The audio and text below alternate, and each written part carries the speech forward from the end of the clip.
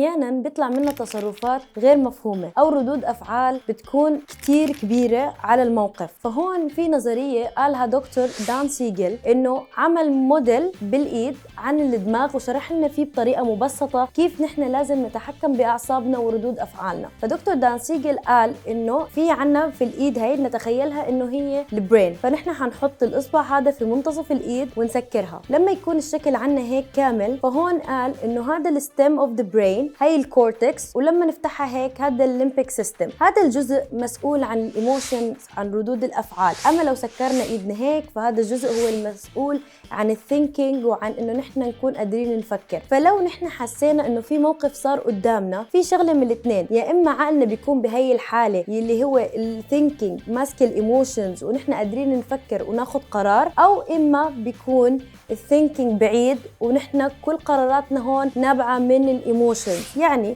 let's say انه الطفل مسك شيء ووقعه على الارض، فانتي هون لو كنتي عم تتصرفي التصرف اللي هو فيه ايموشنز بس، حيكون عقلك عامل هيك، فانتي رح تبدأي تزعقي عليه، تمسكيه، تحطيه في الغرفة، تحبسيه، تطلعي قرارات، تعاقبيه عقابات كتير كبيرة. وات اف لو كان دماغك في هي الحالة اللي هو انتي عارفة توقف، تمسك اعصابها وتفكر شو السبب التصرف هذا وكيف نحن نحله. هون بيكون شكل الدماغ هو قادر يفكر ومسيطر على غضبك، فانتي هون رح تعرفي تتعاملي مع هذا الطفل وتنصحيه وتعملي اللي هو مطلوب منك بدون ما انت ترعبي الطفل اللي قدامك او تتصرفي بتصرفات فيما بعد يكون إلها consequences انت ما تعرفي تحليها. هاي النظرية اللي شرحتها اسمها The Hand Model of the Brain. طيب ليه نحن عم نطرح هاي النظرية وشو سببها؟ هاي النظرية بتخليكي دائما انت متهيئة انه اي شيء بيعمله طفلك انت تكوني عارفة بشو عم تتعاملي معاه. هل انت عم تتعاملي معاه بفول كنترول على دماغك وانك انت مفكرة كتير كويس باللي انت حتقوليه، ولا هو نابع من ايموشنز وغضب وانجر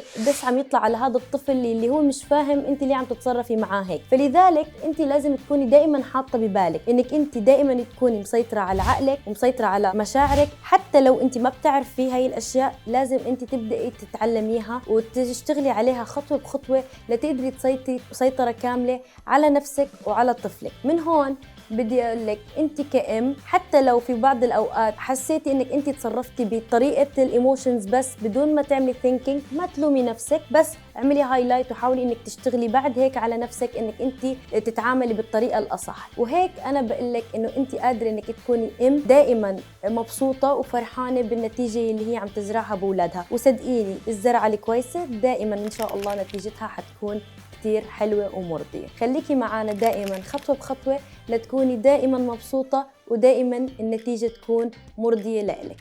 شكرا.